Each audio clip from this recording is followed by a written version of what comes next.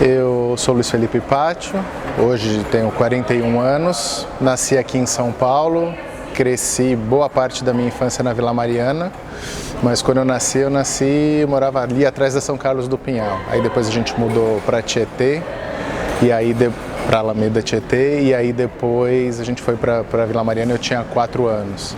Eu tenho 2 irmãos, né? Tenho uma irmã mais nova e eu tenho um irmão do meio que é um irmão por parte de pai. E a infância sempre foi muito divertida, né?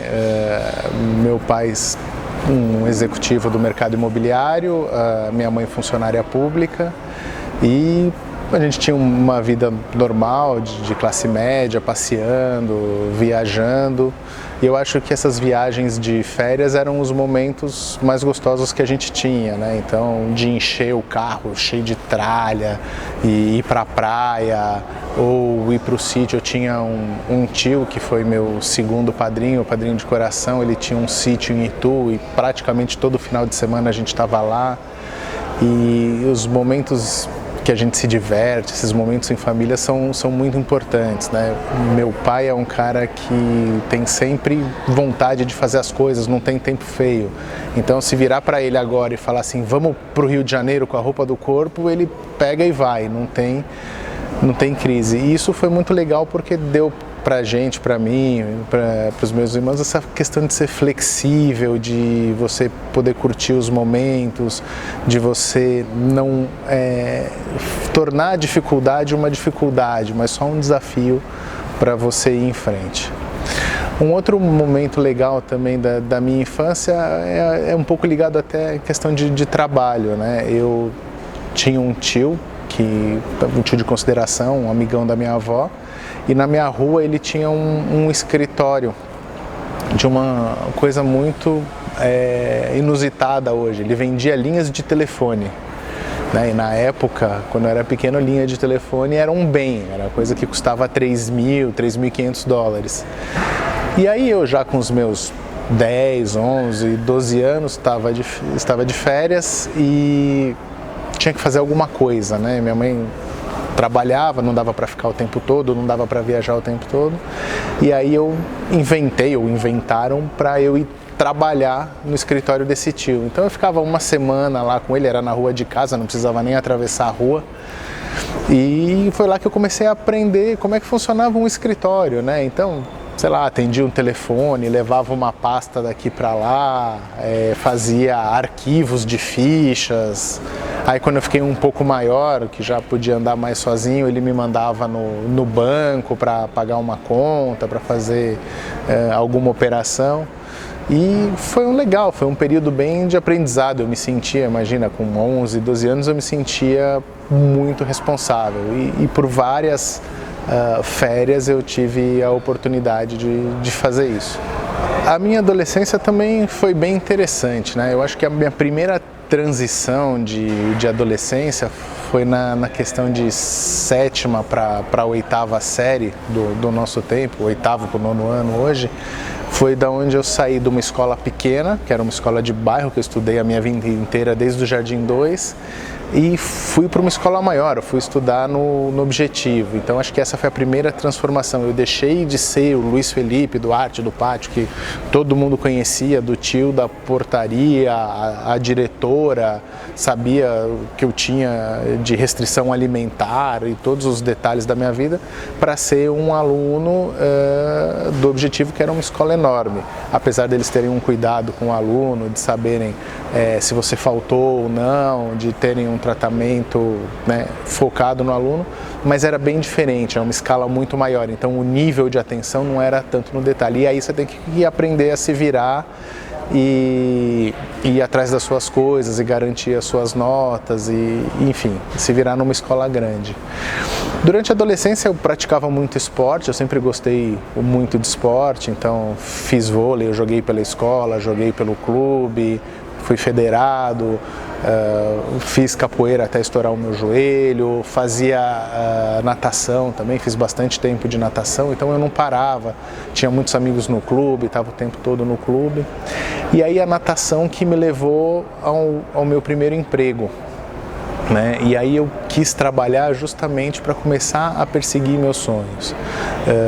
Eu tinha, óbvio, uma estrutura familiar boa, vamos dizer, meus estudos estavam garantidos, minha casa estava garantida, mas eu entendia que trabalhar eu podia começar a ter as minhas coisas, se eu quisesse comprar uma mochila, se eu quisesse fazer uma viagem. E aí com a natação eu tive a minha primeira oportunidade de emprego, que foi ser instrutor de natação para crianças numa escola de crianças, chamava Sol Natação, era ali na Cidade Jardim, onde hoje é o Empório Santa Maria, uma das casas do terreno era a escola de natação. E com 16 anos eu comecei a ensinar crianças pequenas a nadar, com 2, 3, 4, 5 anos. E eu gostava disso, né? Me sentia responsável. Eu ia para a escola de manhã, eu ia para casa, almoçava e depois ia trabalhar de tarde por umas 4, 5 horas. E eu fui gostando daquilo e comecei com as crianças, depois comecei com as crianças maiores. Quando eu vi, eu estava dando instrução de aula de natação para adulto.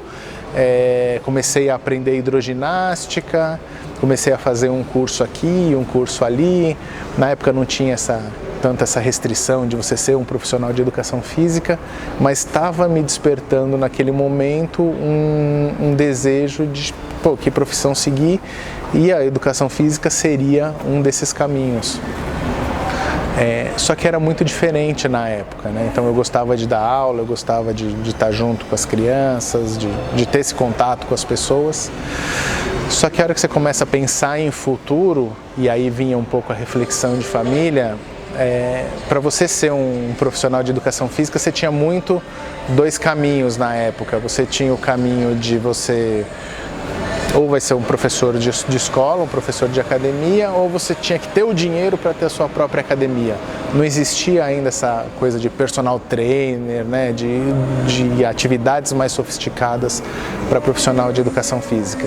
E aí, pensando em perspectivas de futuro, em perspectivas de sonho, que assim, eu queria construir a minha casa, minha família, meu patrimônio, poder fazer uma série de viagens, ter uma série de experiências pelo mundo, eu achei que talvez eu ia ter que mudar um pouco para uma outra opção que eu gostava muito, e foi quando eu resolvi que eu ia estudar marketing. Aí eu fui para a faculdade, fui para a SPM e fui fazer faculdade de comunicação social e me especializei em marketing.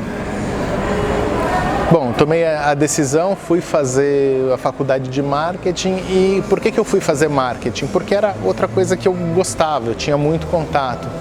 Eu tenho um tio muito próximo que sempre foi executivo, diretor de marketing de grandes empresas como Kibon, como Sadia, como Santista, e eu ouvia as histórias e ele me contava muito do que ele fazia. E aquilo me despertava muita curiosidade, parecia ser algo muito legal. Eu gostava do que eu ouvia, falava, poxa, esse negócio pode ser interessante.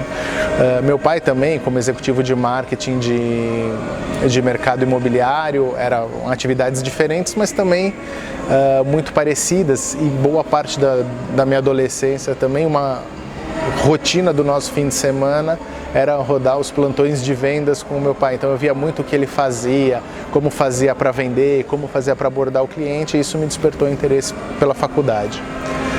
Fui fazer a faculdade, me formei pela SPM, e a SPM tinha uma trava, porque eu queria trabalhar e não conseguia, porque os 2 primeiros anos na SPM eram no período da manhã, então não permitia você fazer um estágio. Naquela época não existia a lei das 6 horas de estágio, você tinha que trabalhar período integral. Então, nos 2 primeiros anos da faculdade, eu trabalhava, vamos dizer, fazendo bicos, né? Eu fazia muita feira, muito evento na parte de organização, parte de credenciamento. Então, trabalhava 4, 5 dias que nem um louco, ganhava uma graninha legal. Foi uma experiência bem interessante. Aí, quando eu estava virando para o meu terceiro ano da faculdade, surgiu a oportunidade de um emprego temporário de assistente de marketing na TV Bandeirantes. E aí foi a minha primeira experiência numa empresa grande, né? numa grande estrutura, numa grande corporação. eu entrei lá para trabalhar na área de divulgação da emissora, que era toda a área que fazia a divulgação dos programas da emissora para os outros veículos. Então era uma mistura de assessoria de imprensa com um departamento de publicidade. Entrei um mês para cobrir as férias de uma pessoa que precisava sair de férias e acabei ficando por 3 meses porque eles gostaram da forma que eu trabalhei lá e gostavam de mim. E iam me convidar até para ser efetivado, mas eu não podia ficar justamente por conta da questão da faculdade. Mas foi uma experiência muito legal, imagina, na época eu tive contato, conheci Luciano Huck, conheci a Tiazinha, tinha contato com a Mauri Júnior, com o Marcos Rummel, o jornalista que estava sendo contratado na emissora, Newton Travesso. Então a gente tinha muito contato com essas pessoas e o trabalho era divulgar os novos programas. Então foi uma experiência bem bacana. Aí, até o momento que eu pude estudar de noite, então conseguia trabalhar de manhã, aí entrei para um processo de estágio, entrei como estagiário na Nivea, né? E aí mundo corporativo, trabalhando em marketing, trabalhando na área que eu atuava mesmo. A Nivea foi uma grande escola de marketing, eu aprendi boa parte do que eu sei, acho que trabalhando lá, executando coisas lá e complementei na faculdade. Eu acho que o trabalho foi mais faculdade do que a própria faculdade. E lá também foi lá que eu tive a minha paixão por treinamento, por educação, por educar pessoas, porque uma vez caiu no meu colo de dar um treinamento para a equipe de vendas, equipe de promotores, e eu abracei isso e eu descobri que eu gostava de palco, de sala de aula, de falar para as pessoas, e eu tinha uma certa facilidade em ensinar. Então, de alguma forma, eu sempre, a partir desse momento, dei um jeito de fazer treinamentos, de estar em contato com pessoas, aliado à minha paixão como executivo, de planejar, de executar, de implementar grandes marcas, de fazer grandes campanhas. Então foi uma experiência bem legal. E eu fiquei 2 anos como estagiário lá, depois fui efetivado como assistente, vesti a camisa da empresa, gostava bastante. E eu acho que a Nivea também me ensinou o primeiro grande trauma, né? A primeira grande dificuldade, que é a primeira demissão. Né? A primeira demissão séria, que não é algo planejado. Eu estava lá, já atuava faz 1 ano e pouco, estava acontecendo uma reestruturação, aquela tensão pré-eleição de 2002, as empresas começando a se preparar, eu tinha conflito de posição com uma outra pessoa e eles entenderam que não era o momento e acabaram me desligando. E aquilo, para mim, naquele momento, me machucou bastante. Porque eu falei, poxa, já estou trabalhando aqui 2 anos como estagiário, estou trabalhando aqui há 1 ano e pouco como assistente, acho que eu já tenho uma preparação, um caminho para ser um gerente de produto, que seria o próximo passo.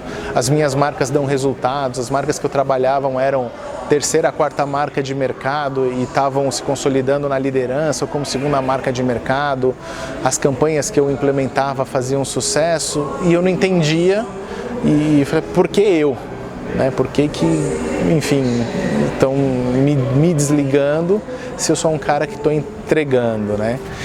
E estão deixando uma outra pessoa porque ela é mais velha ou qual que era o motivo. Então eu acho que o trauma da primeira demissão, ele machuca bastante e demora um tempo para você entender.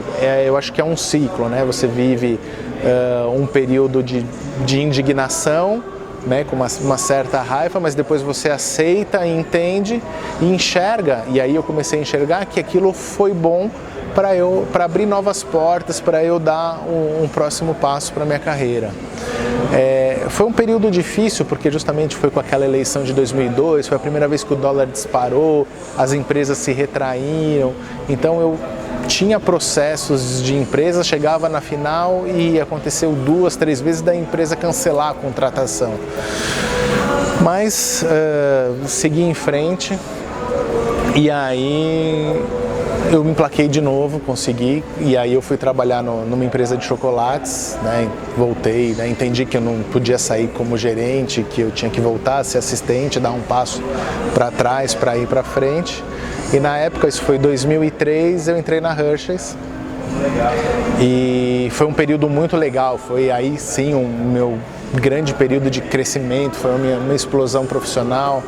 Na Hershey's eu entrei como assistente de marketing, depois fui gerente de produtos, aí eu fui convidado um ano depois para assumir a área comercial, cuidar da gestão nacional da conta do Walmart para o Brasil. E foi uma experiência fantástica ter essa passagem pela área comercial, você vê que tudo aquilo que você implementa como profissional de marketing é diferente na hora que você está na frente, como você executa aquilo estando na área comercial. E foi uma experiência muito grande, foi um período de muita mudança para as duas empresas, é um cliente estratégico e eu estava um pouco receoso do que podia acontecer, mas no fim foi uma boa experiência, tanto que no primeiro ano eu ganhei um prêmio do Walmart de melhor fornecedor do ano da categoria de alimentos. Quer dizer, de todos os alimentos que vendia no Walmart, a minha conta, o trabalho que a gente fez, ganhou o prêmio de destaque do ano na época. E aí eu fiquei lá na Hershey's até 2008, quando eles fizeram uma joint venture com a Balduco. Aí eu saí da Hershey's por opção própria, eu recebi um convite para ir para uma outra empresa, que é a Arcor, uma empresa argentina, cuidava da categoria de biscoitos, da categoria de panetones, fiz todo um trabalho de reestruturação de duas marcas lá, um trabalho de campanhas, foram 4 anos bem intensos de trabalho. E aí depois eu mudei totalmente de segmento, saí do ramo de alimentos e fui trabalhar no ramo de produtos para bebê. E foi um convite de um ex-chefe meu para fazer a implementação de uma marca americana chamada Graco aqui no Brasil. E aí começou a questão da veia mais empreendedora, né? Você começar um negócio do zero, apesar de ser uma marca muito grande, muito consolidada nos Estados Unidos, aqui no Brasil não era nada, então era um trabalho de base, de você entender todo o mercado, que produtos que você ia vender, a que preço que você ia vender. Estou para trabalhar aqui no Brasil, em 2016, falaram, olha, você vai trabalhar de casa, não tem escritório, você reporta para a Europa e você tem que implementar e fazer a marca acontecer no Brasil, achar os canais de vendas e fazer a coisa toda acontecer. E eu falei, isso não vai dar certo. Como é que eu vou trabalhar de casa, sozinho, não tenho um crachá, não vou ter minha mesinha, meu telefone, meu porta-retrato? E aí eu comecei a entender que não, que isso é um jeito moderno, que o mundo está mudando, a questão da flexibilização, do home office, de você poder entregar as coisas por responsabilidade. Então, entrei na empresa, passei 20 dias viajando entre Turquia e Alemanha para fazer alguns treinamentos, entender como a empresa funcionava. Voltei para o Brasil e eu diria que na primeira semana eu me adaptei a essa nova vida. E eu gostei, porque a responsabilidade estava toda em cima de mim. Eu tinha um resultado, eu tinha uma meta para entregar, eu tinha algo para fazer acontecer e não tinha ninguém fiscalizando que horas que eu cheguei, que horas que eu saí, se eu demorei 5 minutos a mais no café. Eu podia trabalhar de qualquer lugar, eu viajava também bastante pelo Brasil, então Starbucks, cafeterias, padaria, restaurante, qualquer lugar era o meu escritório. E também isso me deu uma outra qualidade de vida, né? Eu pude curtir o meu filho crescer, eu pude estar mais perto com ele. Meu filho nasceu em 2015, eu entrei na empresa em 2016, então ele estava com 1 ano e eu trabalhava de manhã e aí eu podia levá-lo para a escola, trabalhar mais um pouco à tarde, buscá-lo na escola. E às vezes, depois que ele dormia, eu trabalhava o resto, porque também você aprende a trabalhar com o fuso horário, quando você depende de coisas da Europa. Então, essa flexibilidade me deu uma qualidade de vida muito grande. Mas a gente vive no Brasil, né? O custo Brasil para produto importado é muito alto. Eu cuidava de outros países da América Latina, como a Argentina, como o Uruguai, e infelizmente a empresa estrategicamente optou por direcionar os esforços e os investimentos para a Ásia, para a China, que estava crescendo 10%, 12% ao ano. Então a operação de América Latina foi bem reduzida, ficou na mão do distribuidor. Mas foi uma experiência bem grande construir essa marca. E quando eu estava construindo ela, em 2016, o Alessandro Saad me convidou para fazer parte do grupo dos empreendedores compulsivos. Ele estava começando a formar o grupo com algumas pessoas que tinham experiência empreendedora, que tinham experiência no mundo executivo, que tinham experiências em sala de aula, em palco, como professor, como palestrante. Me convidou para fazer parte do grupo, que é um grupo riquíssimo, né, com profissionais de diversas áreas de atuação, diversas experiências, onde a gente tem muita troca, onde gera muito negócio. E eu consegui fazer alguns trabalhos, a gente fez alguns trabalhos juntos, algumas palestras, alguns treinamentos.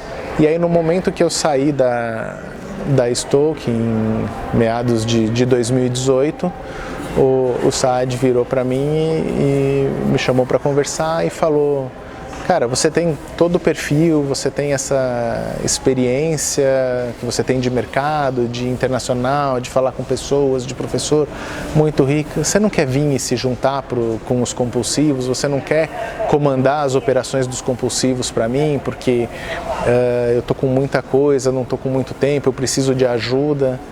E aí, desde então, eu estou junto com os empreendedores compulsivos, comandando as operações, e a gente vem fazendo um trabalho bem legal desde então, rodando o Brasil para capacitar os empreendedores PME, os empresários, a alavancarem os seus negócios ou a criarem os seus negócios através da educação, usando a metodologia desenvolvida pelo Saad, a metodologia dos compulsivos, e transformando a vida das pessoas, né? Então, nos últimos 2 anos, eu tenho feito esse trabalho e é muito gratificante, né? Eu acho que transformou isso um pouco hoje no meu propósito de vida, que é usar do meu conhecimento, usar dos meus estudos ou adquirir até novos conhecimentos para poder repassar para as pessoas, para poder transformar a vida das pessoas para que elas tenham uma qualidade de vida melhor, para que elas consigam atingir os seus objetivos de vida, para que elas consigam se sustentar, terem um futuro digno. Dentro dos compulsivos a gente não procura, a gente não quer criar o próximo unicórnio do mercado, né, a próxima empresa bilionária. Eu acho que para isso existem outros grupos, outras empresas, outros investidores muito mais capacitados, e o nosso propósito mesmo é transformar o que a gente chama de o empresário da vida real. O dono da oficina mecânica, o dono do pet shop, do salão de cabeleireiro, todos aqueles empreendedores mais analógicos e que têm no seu empreendimento a sua forma de vida. Óbvio, a gente quer que todo mundo ganhe mais, que fature mais, que tenha uma condição digna, e se a gente conseguir emplacar uma empresa que se torne gigante e milionária, ótimo, mas se a gente conseguir levar um pouco de educação empreendedora, um pouco de educação financeira, um pouco de educação estratégica, de gestão de negócio para as pessoas, eu acho que a gente está cumprindo a nossa missão.